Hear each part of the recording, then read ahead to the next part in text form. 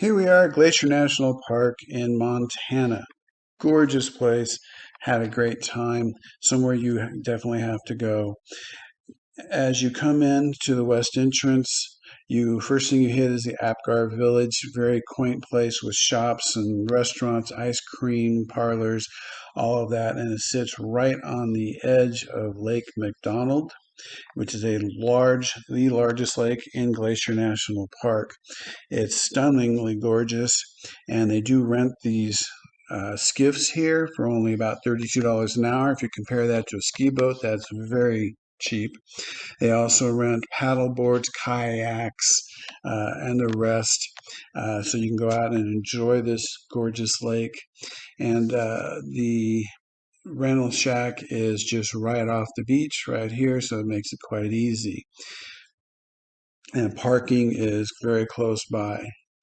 So you come in, be amazed. The beach is rocky, so make sure you take water shoes.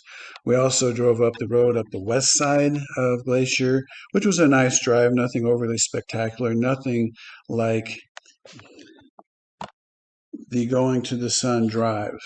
Now, here we are in the campground. Something really interesting happened. While we were sitting by the fire, the winds picked up and it started blowing these trees, and they started swaying so much because they're so tall and thin that they started banging against each other. It was quite amusing. The next day, we headed up the Going to the Sun drive, and we stopped to take the Avalanche Lake Trail. You can go up two different sides. There's a loop at the beginning. We went up the left side, which was the Walk of the Cedars, which was gorgeous. Nice, easy walk, as you can see, and it had been raining, so the scent of the cedars was so prevalent. It was wonderful. Enjoyed every second of it. Highly recommended, even if you're not going to take the rest of the hike. Here's an uprooted cedar that we found real interesting. And as you go up the hike, you start following the river, the creek, stream, whatever you want to call it. Very, very pretty. The tall pines, the stream going down. It's so pretty. And there's cascading waterfalls down through these little slot canyons. Really wonderful, and something I'd love to have you here.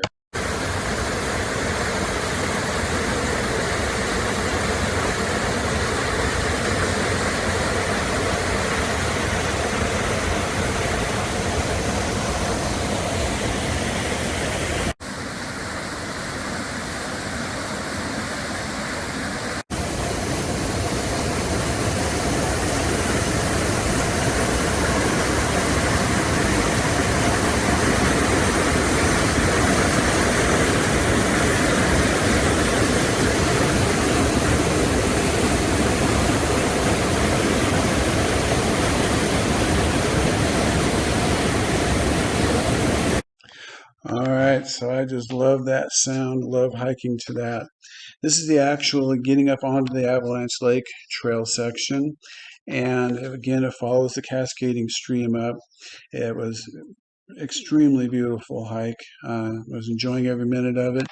But unfortunately, we never made it all the way to Avalanche Lake because of my back was messed up and my wife had a injured foot. So we went as far as we could. If you're on this hike, I highly recommend you go all the way because it is supposed to be gorgeous at the end once you get up to Avalanche Lake itself. But even the section we hiked was very enjoyable. We love the scenery, love the stream. Unfortunately, the camera just doesn't take in the majesty of some of the things I'm trying to show you here as compared to being there in person. So, but go and enjoy. It's I highly recommend it. Very popular hike. You better go early because the parking area down there fills up quickly and it's hard to get into it. Or later in the day works as well. So that's my high recommendation for this one. So then when we got heading back down, we took the other leg of the loop at the bottom, and it's just nowhere near as nice. It's just kind of a flat trail, but there are bathrooms off this side of the trail. So if you're coming back and you really need the restroom, there you go. As you can see, it was very cloudy, very rainy that day, so a lot of the photography isn't quite what it could be. Now we're back on the Going to the Sun road. Just note that if you are not staying in a campground that's near this road, you will have to book ahead, pay a fee, and make a reservation because they only allow so many cars up there. Also, they do not allow large cars, RVs, campers, anything like that up the road because it just gets too tight. The higher you get up the road, the trickier the road gets, but the more spectacular the scenery gets, as you can see right here. It's just so grand what you're looking at up there, and they do have these placards that explain a lot of different things as you're going along, and it's just wonderful. So here we are again. As I say, the road gets trickier and tighter, and it's just a cliff on one side and a total drop off on the other, and it's tight. When I'm even in my pickup truck, there were times I was wondering, I was getting ready to pull my mirrors in to pass another car as we were coming back down the other way. So, but it's such a nice drive. Highly recommend it to everyone. As you're going up, you come across more streams, more waterfalls, more gorgeous views.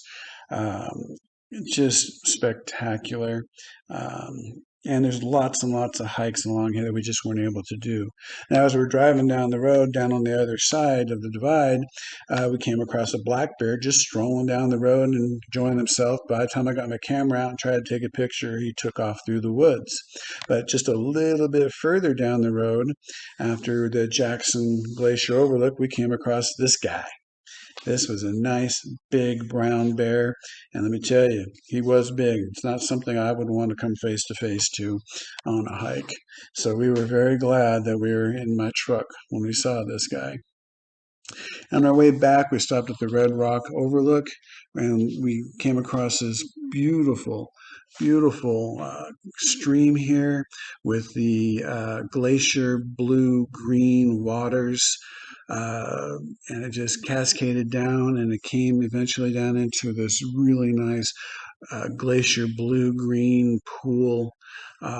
Just stunningly gorgeous, as you can see from just these pictures.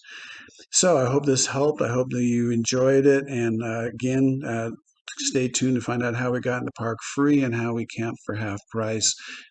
Oh, yes, I forgot on Huckleberry Jam and Pie. This place is a must stop. It's about 8 miles out of the west entrance. It is in Hungry Horse, Montana. Yes, you heard me right, Hungry Horse, Montana. And it is, if you haven't tasted huckleberries, they're wonderful. And this place has just about everything huckleberry. T-shirts, mugs, you name it. It even has huckleberry syrup, huckleberry salad dressing, huckleberry soda, and they mixed it. They'll have huckleberry raspberry, huckleberry blueberry, all mixed into different items. They have T-shirts, shorts, pajamas, sweatshirts, cups, mugs, you name it, and they guarantee their prices. If anybody is less, they'll match the price. And they even have huckleberry licorice here. So, and huckleberries, it's not cheap because huckleberries are very hard to pick. We had a friend who said she spent 8 hours picking huckleberries and she only picked 2 gallons worth because they're so small and hard to pick. So, boy, are they delicious. It's yum.